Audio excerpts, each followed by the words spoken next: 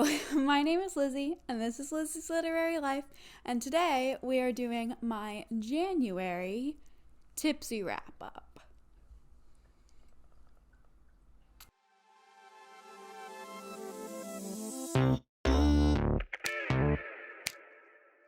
So, I did not feel like sitting up today. So, this is a lying down video. Just like casual with a horrendous background because this is just where I'm comfy and I just want to be comfy. So we're drinking Woodchuck hard cider amber. I've become a cider girly. I love cider. And we're going to talk about all of the books that I read in January. This is a laid back casual video. I'm just chilling. I'm a little cold. This is my genre blanket from 2022. This dark blue space, that's my Goodreads challenge because dark blue is the mystery thriller color. This is just gonna be a ramble and we're gonna get into it. So I read 12 books in January. 4,979 pages, which is an average of 414.9 pages per book, which is pretty high. I only read one audiobook actually this month.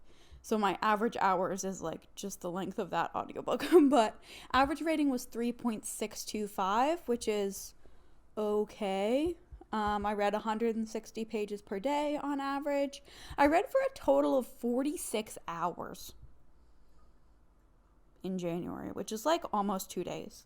So that's kind of crazy. And I read 75% of my TBR, including rollovers from December. So those are some stats. I decided that this year with my wrap-ups, I am going to put in my monthly stats just really quickly.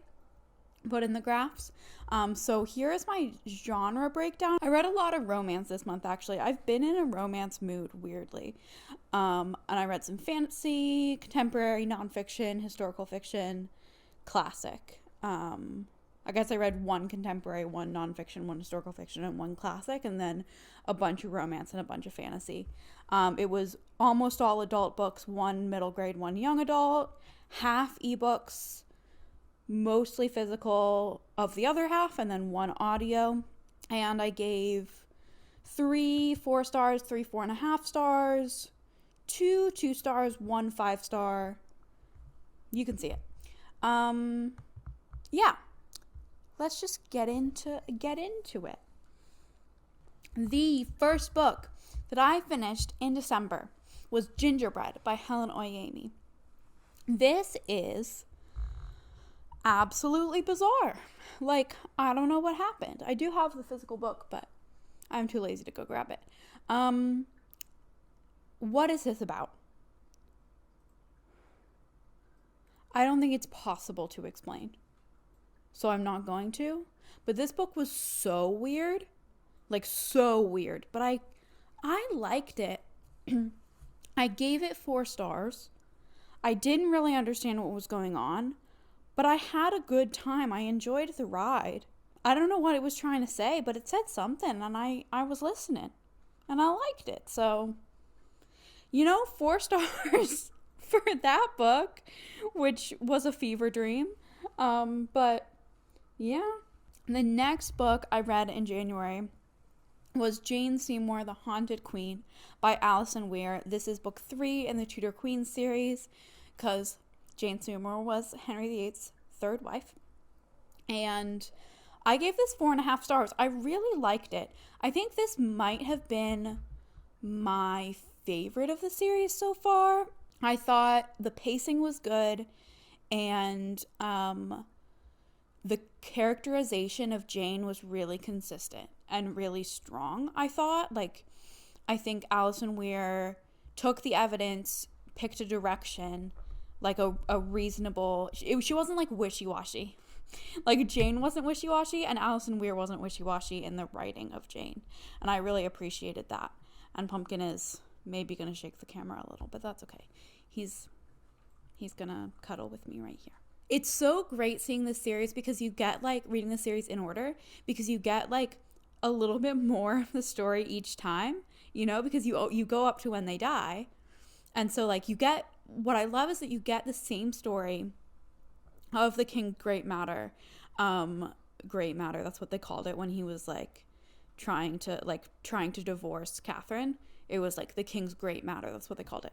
You get that story from 3 different perspectives, but then you also get like a little bit more added onto the story every time because each successive queen lives a little longer, you know? So that's great. And I'm really excited to read Anna of Cleves. It's going to be an interesting one because they weren't married for very long. And I don't think, and she wasn't like Anne was Catherine's maid of honor, and Jane was Catherine's maid of honor and Anne's maid of honor. So like they all were around court, whereas Anna of Cleves was not around court as far as I'm aware. So I think it's going to be an interesting one, but I'm excited to read that. That was 4.5 stars. Jane Seymour was 4.5 stars. Next, I read It Happened One Summer by Tessa Bailey. This, I wrote in my notes, fun but not good, but I enjoyed it. So it was like, you know, it was fun. I had a great time. I gave it 3.5 stars. I don't know what I didn't like about it now. I just thought it was like, there were parts where I was like, what? But now I don't remember what those parts were. I do remember enjoying the ride though. So like a solid high 3.5 stars. I am in my romance era.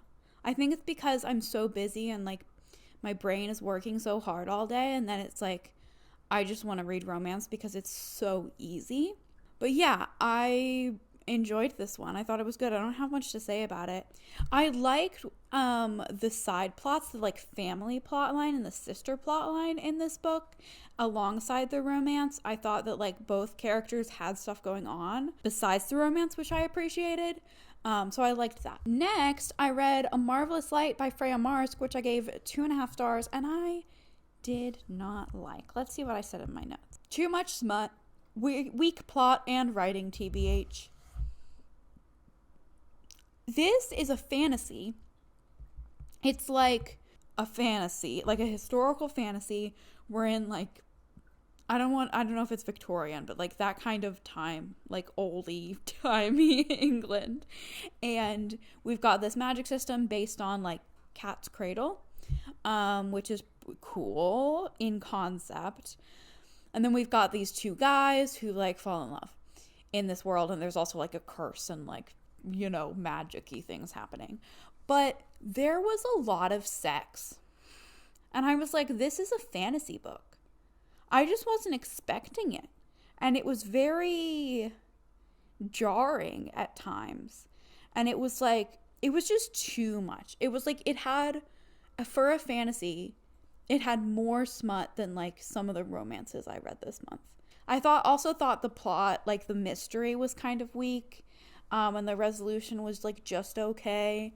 I thought the characters were strong, but generally I didn't like it. Next, I read Book Lovers by Emily Henry, which this is, what's it about? This is by Emily Henry, who wrote People We Meet on Vacation, which controversially made my worst books of 2022 list. I read this because it came up in my January TBR. And also, like, the premise is promising. Like, it's about this, like, cutthroat literary agent in New York City who, her sister is pregnant, and her sister, like, is like, let's go on this trip to this small town, and, like, convinces her to, like, take this vacation. And while she's there, she runs into this guy who she had met a couple years ago, who's, like, a editor in the same, not the same company, but, like, same circles, same world. She had met before and like hated him. They had like this like angry banter type relationship when they met that one time, and then she runs into him again and they fall in love. I did not like this book at all. I gave it 2 stars. I thought it was just, so my notes, my mini review in my spreadsheet says, smut not that good. Overall, just annoying, but I guess I had some feelings. Like, it didn't get a 1 star because at the end I was like, aw, like a little bit, you know, about the like sister thing. But I just felt like there was so much. I know that everyone is like, thinks that Emily Henry writes the best flirting. And I just didn't agree. Like, I don't agree. I thought it was a lot of it was like making me roll my eyes, and then like there was the sexual tension, and then like when it actually came to something, it was really dissatisfying.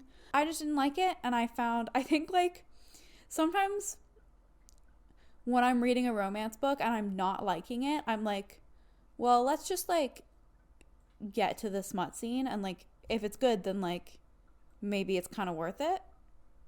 And then I got there and it was not worth it because it was a bad smut scene. Anyway, next I read The Girl from the Sea by Molly Knox Ostertag, which is a graphic novel. This is about a girl and a Selkie who like fall like in love, but they're like 14. It's a YA. They fall in crush, and the human girl is like hiding it from her friends, and there's all this stuff going on. I thought it was sweet. I did give it 4 stars. I thought it was sweet, but like nothing necessarily all that special. My comment just says sweet. Like, I thought it was sweet and I liked it, but it wasn't anything mind-blowing. It was really YA. I think like I would recommend it to like young YA readers, on the young side of YA. So like I think it could have been classed as middle grade possibly. But I thought it was sweet. I liked it. I'm not a great graphic novel reader. They don't usually connect with me. I think, and it's like my fault because I don't look at the pictures enough. So I didn't super connect with it, but that's possibly my fault. And then I reread Pride and Prejudice by Jane Austen. I listened to this on audio, and I just adore Jane Austen. I really do. And I really enjoyed this book. I gave it 4.5 stars. I don't know why I didn't give it 5 stars. I don't know. I gave it 4.5 stars. But this is Pride and Prejudice. I didn't put anything in my notes. I was checking. This is Pride and Prejudice. It's a classic. It's a great classic. I would recommend it. Jane Austen is so funny, and I have like such a connection to this story because of the Lizzie Bennet Diaries, which was a YouTube series in like 2012 that was like adaptation of Pride and Prejudice where like Lizzie Bennet was a YouTuber, and it was really funny and really good, and I really liked it. And that's how I like got to know the story of Pride and Prejudice, because I was like 11, and I think I watched it after it came out, maybe, or like after it had been coming out for a year or so. But I really enjoyed it, and then I read the book, and so I just was like picturing the characters as like the characters in the Lizzie Bennet Diaries, and like and so it just was super fun to listen to, and I'm glad I did. Next, I gotta prepare. I read Kim Ji-young, born 1982, by Cho Nam-ju. This was the best book of the month. I gave it 5 stars. This is a South Korean feminist novel. It's translated from Korean. It is about a woman who was born in 1982, and it's just about her growing up in her life and all of the gender inequality that she faced throughout her life. And it's just basically just pointing out the gender inequality in Korean culture. And I thought it was so good. I thought it was so powerful. I thought it was so well done. It was simple, but it had that like feeling of novels translated from, I haven't read much translated from Korean, but like has a similar feeling to novels translated from Japanese, where like the writing style comes across in a very like simple way that's very satisfying. And I thought it was really good, and I love the fact that Irene from Red Velvet was reading this. Like, I just love that for her. And I thought it was really great, and I would recommend it. Next, I read Legacy by Shannon Messenger, which is book, I think, 8 in the Keeper of the Lost City series. This is a middle grade fantasy series about an elf and the elf world, and like things progress. This one I didn't like. I gave it 3 stars. Let's see what I said. I thought Fitz, this one was lame. Fitz is so annoying now, is what I said. And I was right. This one was lame. And Fitz is really annoying now. And I felt like, I don't know, I feel like I can't say much without spoilers, but like, I really liked book 7. I don't remember what it's called, but I really liked book 7, and I did not like this one very much. But they're still fun. They're still fun reads. So, you know, a 3 star. And next, I read Astrid Parker Doesn't Fail by Ashley Herring Blake. And I gave this 4 stars, though it's possible it should have been a 3.5. This is the sequel to Delilah Green Doesn't Care, which I loved and made my best books of 2022 list. This is about, because in the first one, in Delilah Green, Delilah goes back to her hometown to photograph her stepsister's wedding, and her stepsister's name is Astrid. Actually, is the existence of this book a spoiler for the first one? Anyway. This is about Astrid Parker, and she's the stepsister, and her life is a little bit of a mess, and she like meets this girl when they're working on this house. She's like a designer, and the other girl is a carpenter, and they're working on this house together, but it's like being filmed for a TV show. How much am I gonna say? You know what? I've already like talked about sex a lot in this video, so I'm just going to keep going. So Astrid, I don't know if I can talk about this. If you want my thoughts on this book, or like what I'm like, I don't know. I had a lot of issues with this book and some of the things it was saying about sex. And I thought it just was not as good as the first one. And I don't know what else to say. It was not as good as the first one. Next, I read The Stranger Beside Me by Anne Rule. This book is a chunker about Ted Bundy. And it's like the true crime classic. It was first published in 1980. Anne Rule and Ted Bundy were like friends. They like met and like were friends before the murders took place. And like while the murders were taking place, and then they stayed in contact throughout the trials and everything, and so it just was super fascinating. I gave this 4.5 stars. I thought it was really, really well done. It wasn't quite perfect. There were some things, I think Anne Rule put a little too much emphasis on Bundy's intelligence, and I think he actually was not that smart.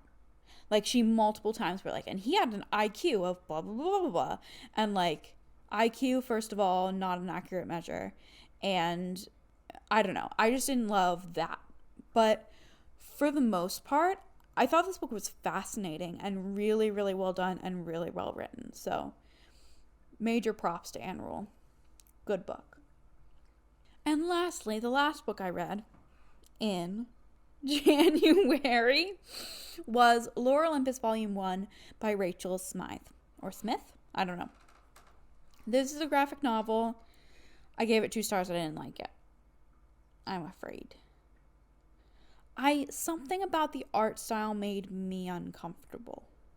It was like very, very like, here's this large, powerful man, and here's this like tiny, petite, little woman who is new to this city. it just made me a little uncomfy. I felt like there was a power dynamic that was maybe it tried to be explored, but I don't know. I also like just didn't really connect to it in any sort of way. I didn't really get what it was going for. This is a Hades and Persephone retelling graphic novel. Is important, pertinent information if you haven't heard of it. But I just didn't get the appeal at all. It wasn't like bad, and I can see why people like it, I guess, but I did not. And that's all the books I read in January. So that's the books I read in January. I read 12 books. Some of them were good, some of them were not. And that's all I have to say. I hope you enjoyed this video. I would appreciate it if you would like, comment, and subscribe. Comment down below if you agree or disagree with me on any of these books, or if you want to read any of these books after my recommendation. Or non-recommendation if you're like, that Lore Olympus thing, I know you hated it, but it sounds great. All power to you. Go read it. A lot of people love it. And that's all I have to say. So I'm going to finish this and probably have another. And I'm going to watch Heartstopper, because February is the Heartstopper readathon, hosted by Martine from Just Martine. And I have read all the graphic novels. If you've watched all my wrap-ups, you will remember when I read them. But I have not seen the show, and I feel like this is the perfect month to watch the show. So I'm going to start it tonight. And I'm very excited. So bye.